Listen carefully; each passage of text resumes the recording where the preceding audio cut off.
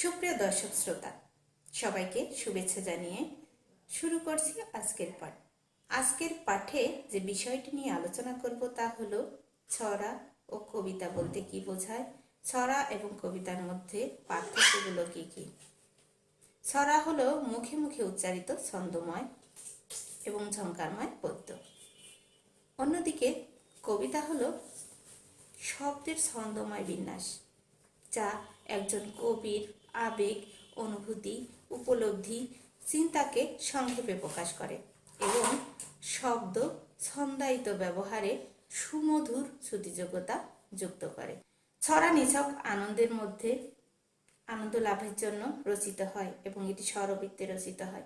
অন্যদিকে কবিতা হচ্ছে শব্দ প্রয়োগে ছান্দসিক কিংবা অনিবার্য ভাবার্থের বাক্য বিন্যাস, যা সুনির্দিষ্ট ভাবার্থ রয়েছে। যিনি ছড়া লেখেন তাকে বলা হয় ছড়াকার, আর যিনি কবিতা লেখেন তাকে বলা হয় কবি।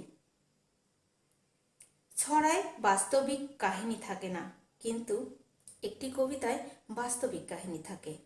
ছড়ার ভাষার রহস্যময়তা থাকে, যা ভালোভাবে বিশ্লেষণ করলেই বোঝা যায়। অন্যদিকে কবিতায় ভাষা সবসময় সহজবোধ্য এবং সুস্পষ্ট হয়।